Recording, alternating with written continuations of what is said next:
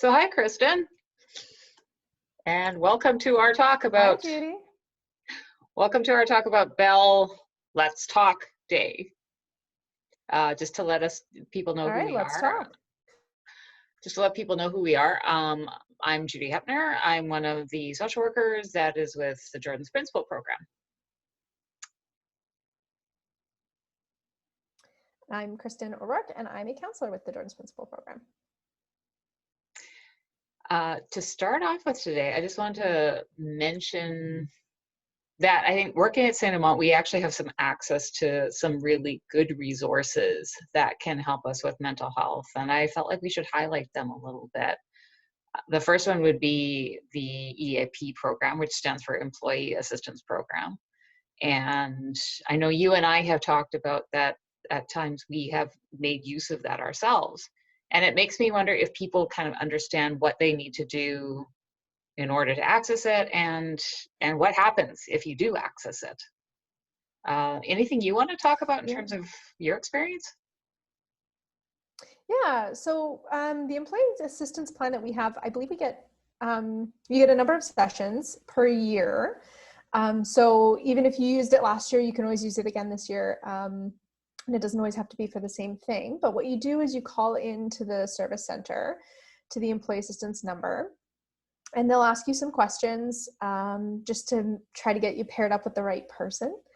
And right now they are offering over Zoom as well, so you can even meet from the comfort of your own home or anywhere that's nice and private for you. And yeah, you end up getting some time to connect with a person that can help you through some kind of various issues, right? It can be stress-related, anxiety, depression, all sorts of different concerns that people might have. It's always nice to have a non-judgmental, friendly ear. What I remember about it was it usually begins with kind of an intake. So the first person you talk to, I think, is a social worker who is an intake worker, and they kind of get the lowdown on why you're talking, and they try to match you with somebody who seems like a good fit. Some of us may have a preference for a male or a female, for example. So they start off with that. And the other thing I remember is the number of sessions that you get is also per family. So if you had, for example, yourself and a kid who both needed counseling, you kind of have to figure out, okay, do we have enough sessions? Because it's about 10 sessions a year. But it is a good resource, and I've found it helpful from time to time. I know as well, though there are times though that I've had to say I'm not sure that the person they put me with at first was a good fit. So you can always ask for somebody else if that's the case. Yeah, you know what? It's funny you say that. When I run sessions, I usually ask people if they've had counseling before, and I'll always ask what worked for you and what didn't. What did you like and what did you not like? And that can help figure out. A lot of counselors will ask you that. It'll help figure out, am I a good fit for you?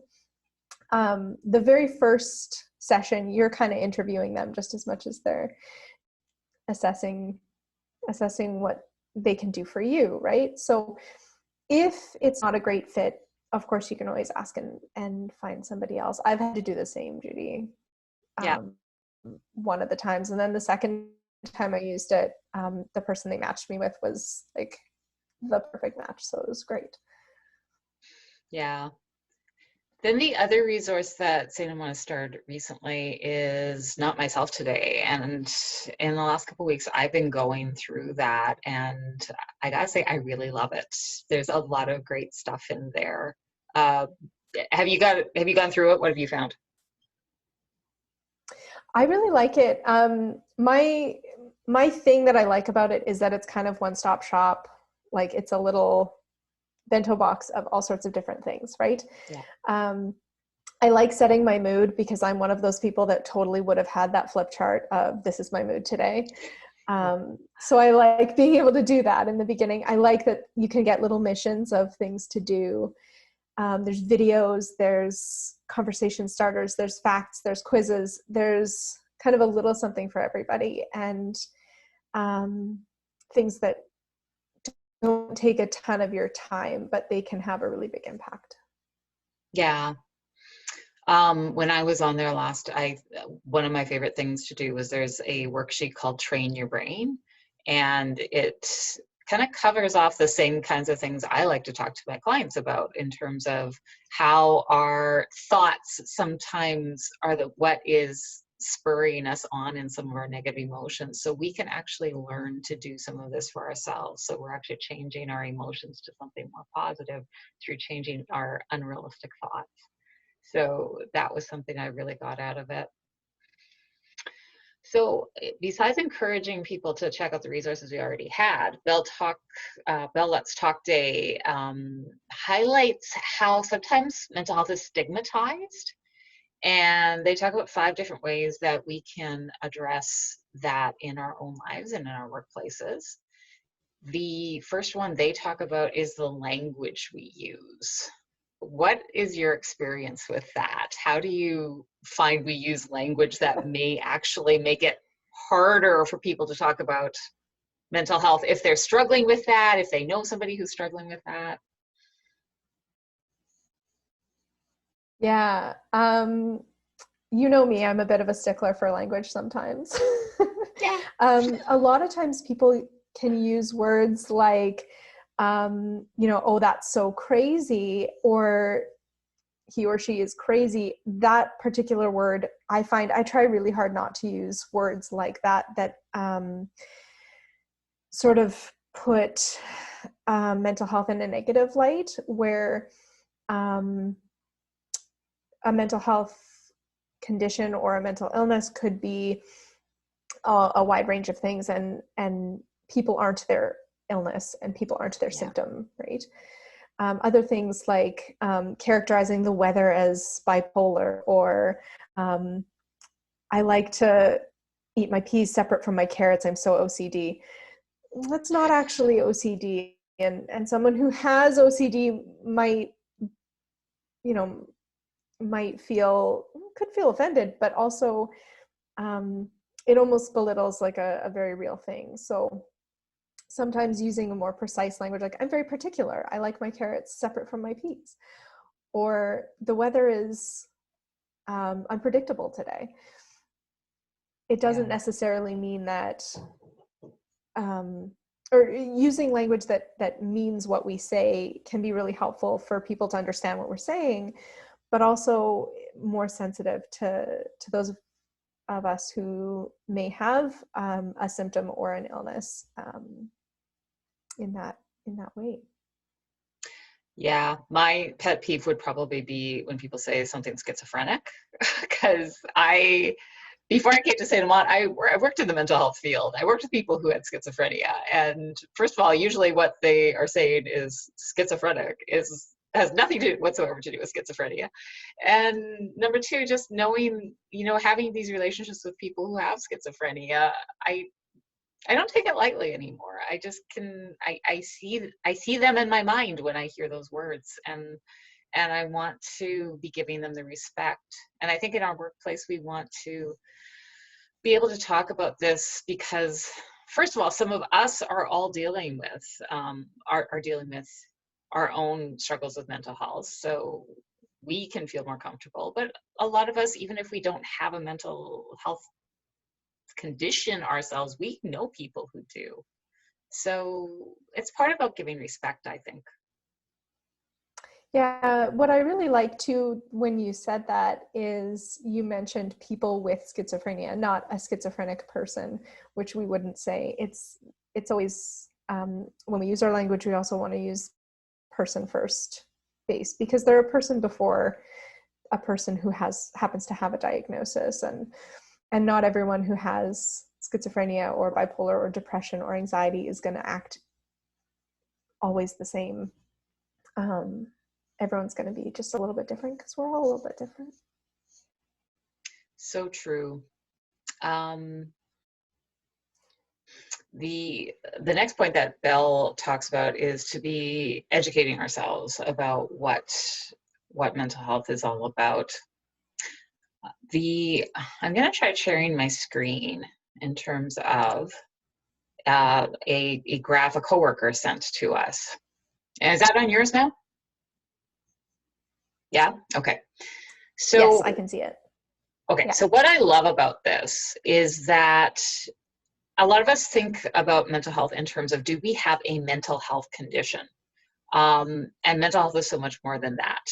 On the horizontal thing is a spectrum, which is about mental illness and whether or not people are experiencing symptoms or not of their mental illness. But there's that vertical one as well, which talks about our own mental health and low mental health, high mental health and low mental health, which is more about how everybody experiences mental health. So people who don't at all have a diagnosed mental health condition can still have low mental health if they are struggling with their emotions and being able to function and being able to have motivation and all sorts of things like that. And that is totally apart from having a diagnosis of mental health, of a mental health illness. What do you see when you see this chart? Of course, my first thing is going to be to stick to the language again, because I'm a stickler there. But the words that I really enjoy in it are the flourishing versus languishing and the moderate. So, I mean, the goals would be always to be in the moderate to high area, and we can talk a little bit about how we might be able to keep ourselves there. But also, I like what you said, that you don't necessarily have to have a diagnosis, just like the graph is showing here,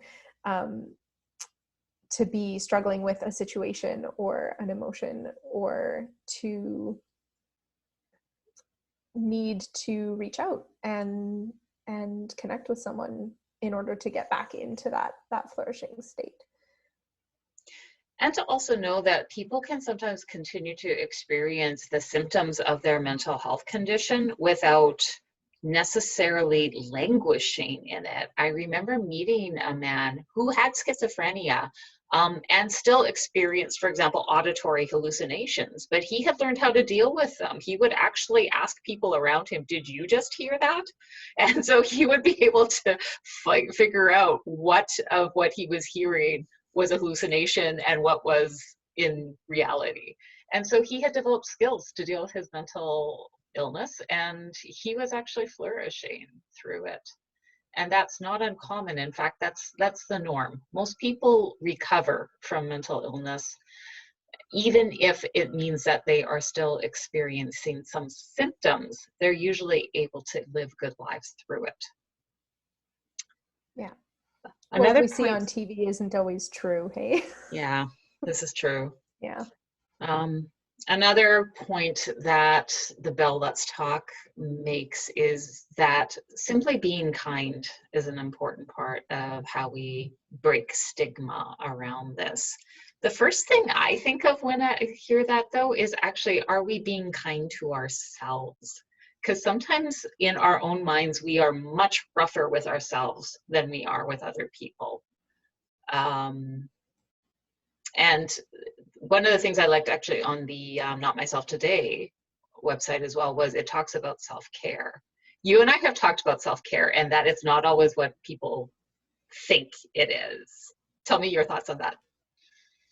Yes. So it is not necessarily having a bubble bath or putting goo on your face, but it can be as much as, enjoying moderation in your diet. It can be getting outside for some sunlight and some fresh air, even if it's really, really cold like today. Or it can be something that helps you find joy. It can be something that helps you connect with the inner parts of yourself that are the root of your happiness. Everyone's self-care might look a little different. Everyone's coping is going to look a little bit different. But there are so many ways to engage in positive self-care. And you're allowed to do bubble baths too if you love those. Which I do.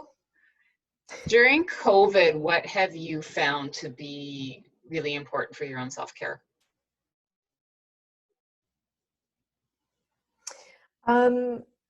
Oh, and we have talked about that too. I know personally, one of the things that I've done that worked really well for me is having a sleep routine and exercise. I'm a person that really likes to be moving. I find sitting still very difficult, and with our jobs, we're not used to being still in our positions. So I found having a routine of when I exercise and when I sleep to be um, to have been just really powerful for me. What about you? Yeah. Well, I am an introvert by nature, so it's actually really easy for me to be by myself, but I have found that that became way too common, even for me as an introvert. So I really had to dig myself out of my comfort zone a bit and try to connect with people more, which could be a variety of things. Like maybe I'll have a Zoom call with a bunch of people I know, or I'll make a phone call, or when I am able to have face-to-face conversations with people, even if it's going for a walk together, if we can still socially distance. I've needed to push myself to do that more. Otherwise, I start to get a little bit, I don't know, just, well, not myself today. And then the other part of being kind is being kind to people who are struggling with mental health. And that's probably a lot about having language, using the language that we've talked about, or rather not using the language that could be stigmatizing. But also just accepting people for who they are and where they're at. What are you thinking about that? Yeah. Meeting people where they're at is basically what we do every day, right? Is Mm-hmm. that's always the goal. But even the smallest little thing to reach out can mean a lot to people, and being able to take that step and not be afraid of, well, I'm not going to know what to say. Well, you may not have to say anything, or you could even say, I'm not really sure what to say. Um, I'm, but I'm sorry that's going on, or I'm not sure what to say, but I'm glad you told me. Yeah. Um, Yeah. those are perfectly fine things to say if you've asked someone to share, and they do feel confident and comfortable enough with you to share that they're not feeling so good. Yeah. I think now we've kind of naturally gone on to that fourth point with the bells let's talk stigma busters, which is to listen and ask people. And I agree with you that listening, being a person who listens, is huge.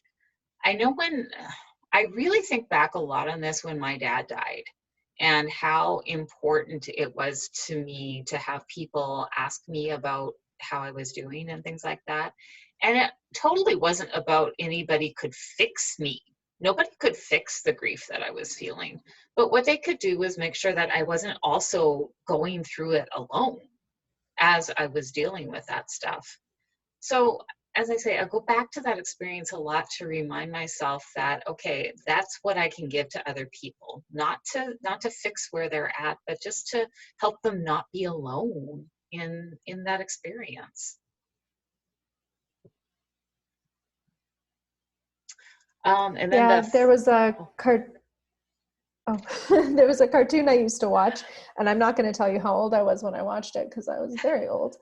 But the teacher at the school used to say, "You have 2 ears for listening."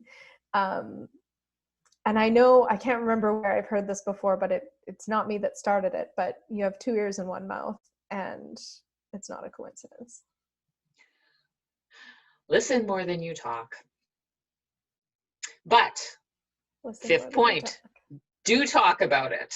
Like, do feel free to talk about mental health, both as a, just something that exists out there, and feel free to talk about our own mental health struggles with the right people. Um, what is your experience about that? Has that been easy for you in life? Has it been hard for you to talk about this as an issue, or your own ups and downs? It's kind of funny. I mean, I went to school for 9 years to talk about it. So you think it would be the easiest thing in the world to talk about.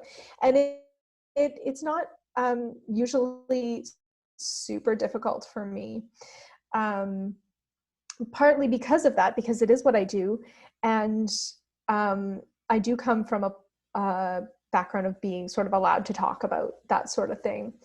But I do empathize and sometimes feel, you know, when things aren't great, sometimes it is hard to break out of that and not be the person who is supposed to know how to fix all of this and do all of that. And so it can be tough being a helper needing help. And, you know, a lot of us at St. Amant are helpers. That's the role that you're in there. We've got so many people that work in caring professions.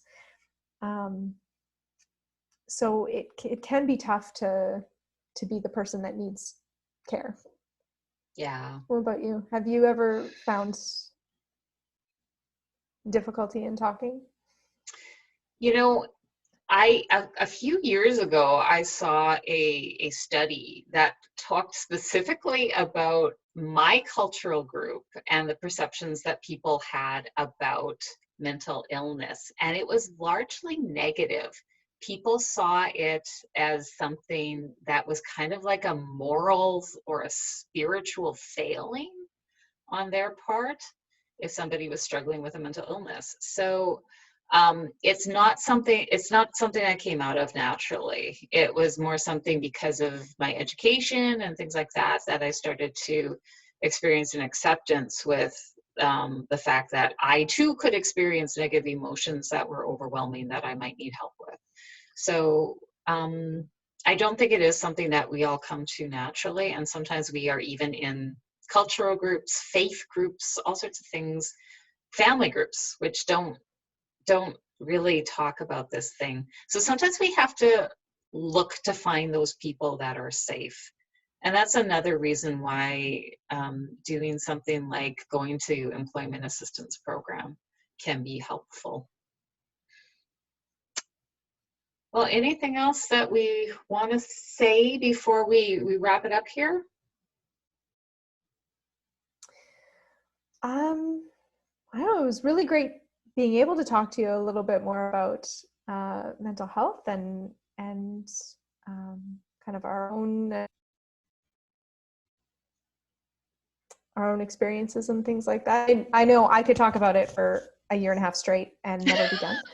So out of respect for everyone else's time,